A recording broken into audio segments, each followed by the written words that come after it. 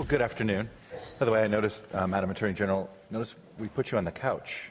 I guess that's what we're all supposed to do here, us in the media. We always want to put elected officials and administration officials on the couch, so here we go. You're right on the couch. I'm happy to tell you how I'm feeling today, Chuck. I love this. Not that any of you need to learn a little bit more about, is it still fair to call you our new Attorney General? Do you feel new still? No. Okay, fair enough. But what did President Obama had a great description. He's like, she's the only lawyer in America who battles mobsters and drug lords and terrorists and still has a reputation for being a charming people person. So there you go. Let me start. I guess I am on the couch today. There you are. You're on the couch. Let me start. You guys have a big announcement today from the Justice Department. I think you're making the announcement right here, right now, about a new grant program to help communities deal with recidivism rates, if you want to take it away. Yes, thank you. I am delighted to announce that today the Department of Justice is awarding $53 million in what are called second chance grants. This is an important part of the department's work in making sure that people coming out of prisons have an opportunity to rebuild their lives and that their communities also stay safe. These grants will be aimed at organizations in 45 different jurisdictions. They focus on things as varied as father and son interaction, job training, education, the many, many barriers that we have seen in the way of people coming out of our prisons to becoming productive citizens again. That's the goal. That's the goal. We're very involved with the Department of Justice, obviously, in fundamental fairness and individual accountability and making sure that people do, in fact, serve time when they need to. But then there comes a time when we have to make a decision as to how we are going to reintegrate those individuals back into our society in a way that benefits them as well as keeps our communities safe. All right, it's a grant program, which means that always has the whiff of experimental to me, meaning that not every community who needs it's going to get it. Is that fair? Well, I think unfortunately we still have limited dollars, but jurisdictions and organizations can apply. We try and look at organizations' track records in this field. We look at their experience, not just anecdotal, but where we can find it, actual records of success in reintegrating individuals into their community. The application process is all on our website. Our Office of Justice Programs is the main body that will be managing these grants. Give me an example of a community that's been doing this well that probably will end up with one of these grants. Well, I can't predict who will get the grant, but what I can tell you is that when I was the U.S. Attorney in Brooklyn, a district that I was proud to lead, we had within our district, I had 5 counties, Brooklyn, Queens, Long Island, Staten Island, and we had a lot of tremendous progress in crime reduction and safety, but we had some entrenched pockets, particularly in Brooklyn and Queens. One neighborhood was Brownsville. It's about a mile square. And many of its residents are young people who literally never leave that neighborhood, unfortunately, except when the young men go to jail. So we saw this cycle over and over again, and we were involved very directly in reentry programs in that community in conjunction with the DA's office, where it wasn't just the U.S. Attorney's Office, the DA's office, talking to returning offenders about the costs of reoffending. It was also providing them with educational services, with family management services, and information on housing and things that are such real barriers. Those are the types of programs that we're looking to support. You know, during the Katrina 10-year anniversary, there was a ton of studies that got released, and one of the most fascinating ones had to do with recidivism rates. And the prisoners that went back to the Ninth Ward, if their family was in the Ninth Ward, their recidivism rate was higher than basically going back to the old neighborhood. Yeah. Versus if their family, if they had nowhere to go, and while they were in prison, their family relocated to Houston or Atlanta, the recidivism rate dropped almost in half, I believe this one study said. That to me sounds like the answer. It's almost that was the best evidence I'd seen anywhere that the best way to deal with recidivism rates is relocate folks out of neighborhoods. Is that one of the goals of this program? Well, the goal of the program is not to remove people from their homes or their neighborhoods, although there is some interesting research and data coming out of the Department of Housing and Urban Development that talks about exactly what you mentioned, but in a larger sense, which is that where you live matters. It matters because of your access to services. It matters because of your access to education. It matters because of your access to a certain quality of life. And certainly, post-Katrina, the Ninth Ward suffered so tremendously, both during the storm, after the storm, and frankly, even still today, that I think many residents returning were working so hard just to get the basics of life and hold it together, that people would not have had access to that. So individuals who went to different locations were plugged into networks of support that were stronger than they would have found in the Ninth Ward. So our goal is not to move people from their neighborhoods. Our goal is to strengthen neighborhoods to support people coming back into them. All right, I'm going to shift gears here to, I think that deserves, absolutely. I'm going to shift gears here to criminal justice reform. I know Surely. you're going to be focused on this just today, and I think, Yes. in fact, there's going to be some talk, either it's already happened or will happen. My apologies for not having the schedule with me. But you have Senators Booker, Democrat, New Jersey, Lee, Republican, Utah. They've got their criminal justice reform legislation they're introducing today. Life sentences under the 3 strikes and you're out law would be dropped to 25 years. 20-year mandatory sentences reduced to 15. For crimes that require 10-year sentences, judges would have more discretion to assign shorter terms. Bill includes prison programs for rehabilitation, dealing with juveniles, putting new limits on placing juveniles in solitary confinement. In general, you supportive of this, the goals of this legislation? This legislation, I think, represents an important opportunity for all of us to look at how we administer criminal justice in this country. It's the goal of the Department of Justice to protect the American people, but in a way that is efficient, transparent, and fair. Sentencing reform has been a topic of great bipartisan discussion. Right. I think today's announcement, frankly, is a great step forward.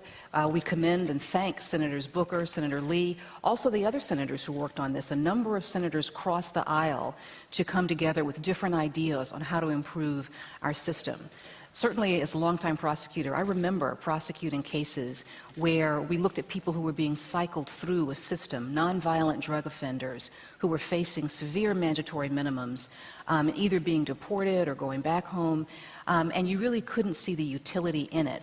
Whereas we really needed to focus our resources on the kingpins, the true leaders and organizers of the narcotics organization. So it's something that the Department of Justice has been focused on for a long time. My predecessor, Eric Holder, as you recall, introduced the Smart on Crime initiative, which did redirect our resources in the narcotics area for nonviolent offenders into an area where judges and prosecutors had more discretion. A lot of that's mirrored in this bill, so we're incredibly grateful to see that. And I'm looking forward to working with all the senators. What's not in here that you hope they hope some folks get in there yet, or do you not? Is there anything in here yet that you'd like to see in the bill? Well, we're still looking at the bill, and I think there's going to be a number of people who are going to have comments on it. We've had a very positive working relationship across the aisle with the senators from both sides, both parties, on all their thoughts on reform. So we're looking forward to continuing those discussions. All right, let's talk about what this year has been about when it comes to the relationship, particularly between African Americans and the police. You've been going on a multi-city tour. Yes. On this. I think you've gone in different places, and I was struck by one anecdote. You went to Birmingham, and a 15-year-old comes up to you and says, "I was raised to hate the police." And how did you react to that? You know, it's painful to hear that. You're right, I have been on a 6-city community policing tour. We chose these 6 cities. Birmingham was one, Birmingham, Cincinnati, Pittsburgh, East Haven. I just got back from Seattle and Richmond, California. And we chose those cities because they have all had a challenged relationship between the police and law enforcement. Shootings, negative interactions, Department of Justice intervention, lawsuits, pattern and practice investigations, and exactly the kind of relationship that you outline there, where residents talk about a deeply ingrained sense of lack of trust, but a larger issue, a lack of connection, really, to the forces that should be protecting them. And I've been able to speak with young people in every city in which I have visited. And Birmingham was particularly rewarding because that young person was involved in a program where high school students worked directly with police. We are looking for cities that have had, as I've said, a challenging relationship with law enforcement, but yet have found a way to rebuild a relationship, to sort of claw themselves back from the brink, and not create a perfect situation, because that doesn't exist. But to find a way in which when problems develop, there is a mechanism for discussion, there's a process for transparency, and where residents and law enforcement have a working relationship. So one of the ways in which Birmingham's been doing that is the program that you were referring to. Having police officers talk directly to young people through an exercise with the Birmingham Police Department. They're involved in these role-playing exercises, and it is a way of breaking down the barriers that are created by a uniform. Whether your uniform is dress blues or baggy pants, people will look at you from either side of wherever they stand and make a judgment, oftentimes, about what you mean, what you want to do, your views about them. So by building those connections and letting young people work directly with law enforcement, frankly, that young person came to know that police officers were just like them. They had families, they had concerns, they cared about what was happening to the people they were working with. And I think, quite frankly, the most successful exercise was the one in which they do a role reversal, and the young people play the role of the police officers, and the police officers play the role of rowdy teenagers who won't get out of a park. And watching the young people deal with that, first of all, the officers' enjoyment, but if you've been a parent, you know what that's like. But watching the young people deal with that and having them come to understand just how hard a job it is to be a police officer, how many things you have to think about and balance every time you interact with someone, whether they're a young person or an older member of the community, and how easy it can be to let a situation escalate, and the importance of working to build those connections. Well, we do have a trust deficit also with statistics. For instance, we keep track of violent crime rates, but we don't have, and you tell me if the Justice Department, if you're going to try to fix this, but there doesn't seem to be a uniform way to keep track of when a police officer discharges his weapon. We don't feel as if there is not, right now the best statistic is done by a newspaper, a news organization that's based in Europe. Here in the Guardian, I think, is doing this. Yes. That's kind of atrocious, is it not? Yes. Well, I'm not going to comment on news organizations keeping numbers. I think they do a pretty good job sometimes. You raise an important point about keeping track of what happens. I think one of the things that we have seen, however, with the recent incidents that have been captured on videotape, I think people have been able to see, people in the larger community have been able to see what members of minority communities have talked about really for decades, if not generations, about the different types of interactions that people can have with law enforcement, and also how, whether or not an officer is trained in calming a situation down or lets the situation escalate, they have seen the difference that makes. That's been hard for people to understand if they haven't experienced it, if they haven't had that sense that there's a bit of a divide and a disconnect there. So while we don't have actual numbers, and frankly... Why? Why can't we do this? Why can't this become is this just something that Congress has to pass a law to sort of make it mandatory that all police... you tell me, what would it take for you to be able to have these statistics at hand? Well, one of the ways in which we're looking to gather information exactly on this front is through our work with local law enforcement. We do a lot of work with local law enforcement in a very collaborative manner. They often reach out to the department for technical assistance, for training, and sometimes we also, as you know, have police jurisdictions have police departments, right, I should say, under our jurisdiction in enforcement actions. Ferguson, for instance, now is. One of the things that we have been... Correct. Am I right about that with Ferguson? Well, Ferguson, we issued a report on Ferguson's practices that were not just about policing, but about the larger relationship of the municipality with the residents, which I will tell you, I think if you had the opportunity to read that... It was a stunning... read it. It was really sad.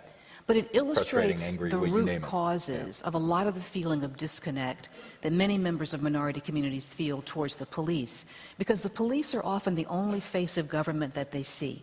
And so very often the police get the brunt of a lot of the frustration and the anger and confusion and dissatisfaction over municipal policies such as we saw in Ferguson. This exacerbates this divide and this trust, one of the things we're working on.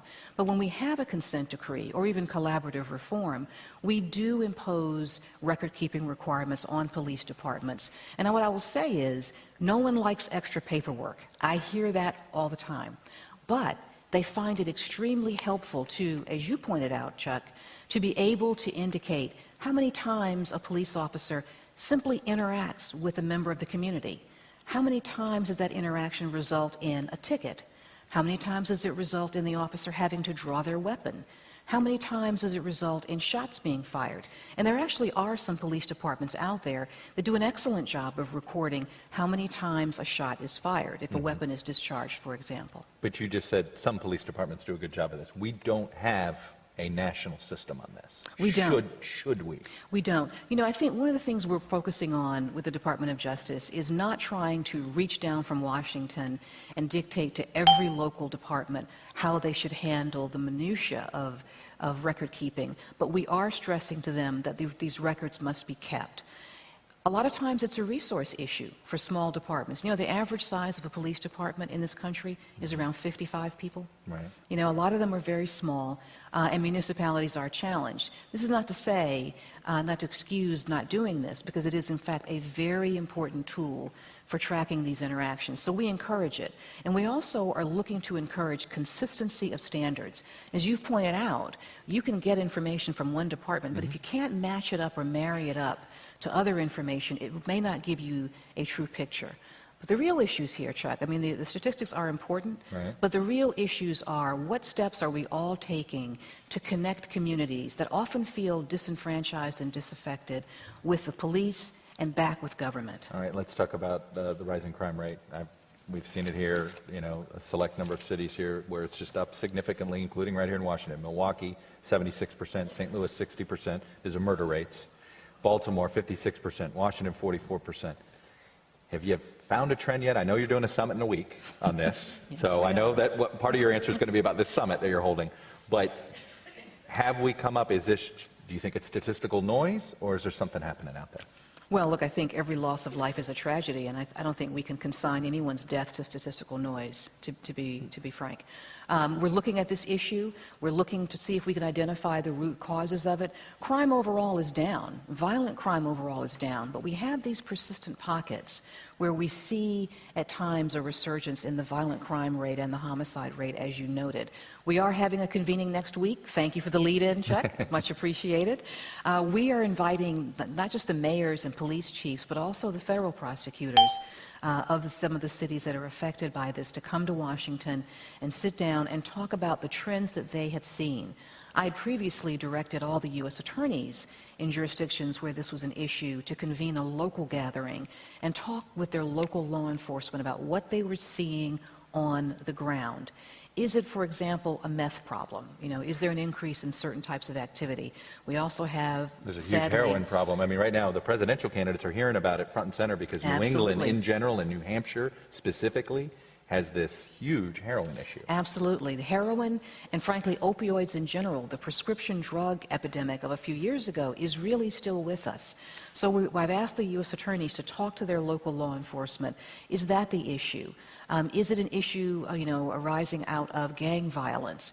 You know, it's going to be different for every jurisdiction. Another theory that's out there, those. particularly, is to do with as police have gotten a bad rap this year, do some criminals feel empowered? Well, I can tell you that when I've gone out and talked to police departments, specifically the 6 departments I've been to, and they've all talked about the increase in community policing, the steps that they are taking for de-escalation, they are all in cities where crime has gone down. So I think that, frankly, police involvement is a helpful thing overall. That's what we're seeing. One of the things, I want to go back to criminal justice reform because one of it has to do, a lot of the focus has always been about nonviolent drug offenders. Yes. One of the easiest way you could clean this up is if the government rescheduled marijuana. Marijuana is a Schedule I drug as the equivalent of heroin and all this stuff versus, for instance, it's considered a more lethal drug essentially than Vicodin. Would it be easier to deal with this sentencing issue if marijuana were reclassified, and would you support the reclassification of marijuana? I think if you want to look at the population of people who have been subject to over-incarceration, particularly at the federal level, we look at this situation from, as I mentioned before, the societal cost as well as the financial cost and the cost in terms of human productivity, the majority of those individuals usually were victims of the cocaine-crack imbalance of several years ago, which has been corrected significantly but still exists. And so for us, at the federal level, we're looking at individuals, nonviolent offenders, not the kingpins, again, not the large-scale importers of heroin and cocaine, but that's been the focus of the federal government, and prescription drugs. But you've been a U.S. as well. attorney. If the reclassification of marijuana, would that make it easier for you to focus on the real offenders? Well, in terms of as a federal prosecutor, and certainly we do continue to do marijuana cases at the federal level, we focus on those large-scale importers where the violence occurs. And unfortunately, there is still a lot of violence associated with large-scale importation of marijuana. There's a lot of firearms involved, and frankly, because wherever there's a lot of money changing hands, you will find that occurring. So at the federal level, for us, we focus on the larger-scale dealers. I think in terms of your question about rescheduling of marijuana, we're looking at the nonviolent drug offenders who have been swept up primarily in the crack and the cocaine wars. A vital tool. I was a prosecutor in the 90s. I remember those days. I remember the violence. I remember the fear in many minority communities. But we're looking now at the collateral consequences of those policies and trying to essentially find a way to mitigate them. Are you comfortable that the federal government is allowing the states, Washington, Oregon, I believe, started today, selling marijuana legally, Washington State, and obviously the federal government's made a decision to not overrule those laws. You comfortable with that decision? Well, I think states have to make those decisions on their own. They listen to their citizens and they take actions. What we have said and what we continue to say is that states have to also have a system designed to, number one, mitigate violence associated with their marijuana industries, and number two, and perhaps most importantly, keep young people, children, away from the products. The concern that we have, we're seeing a number of situations where children gain access to products that look like candy or cookies or cakes. The purity is different and they're becoming very, very ill. We also have concerns, and states have expressed this to me, where a state that has not legalized this particular substance sees people traveling across state lines to obtain it. We do still intervene, and we will still intervene in those areas. And I know we're at the zero. Federal government need to regulate this, you think, at a minimum, though? A little more tougher regulation. If the states are going to do this, you just mentioned the candy issue.